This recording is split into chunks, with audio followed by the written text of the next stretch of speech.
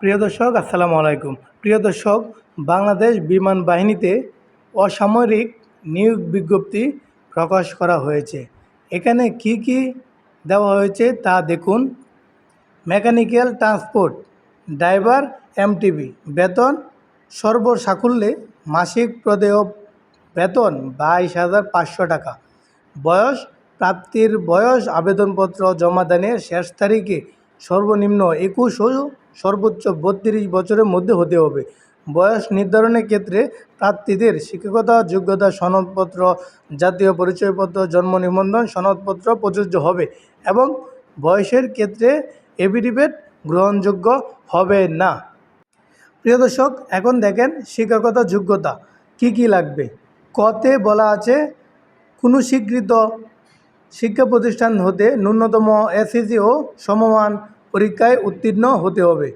ঘতে আছে প্রার্থীর উচ্চতা কমপক্ষে 5 ফুট 4 ইঞ্চি হতে হবে। ঘতে আছে বিআরটিএ কর্তৃক বৈধ পেশাদার হালকা ভারী ড্রাইভিং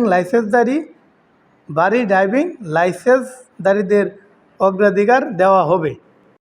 প্রিয় দর্শক, ঘতে আছে ন্যূনতম 3 বছরের গাড়ি চালানোর বাস্তব অভিজ্ঞতা।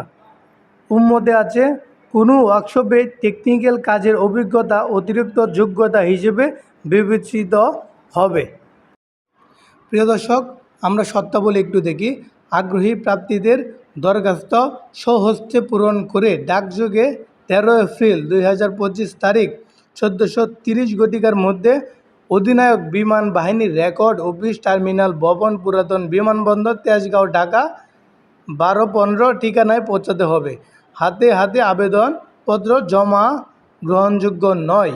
www.prebd.com।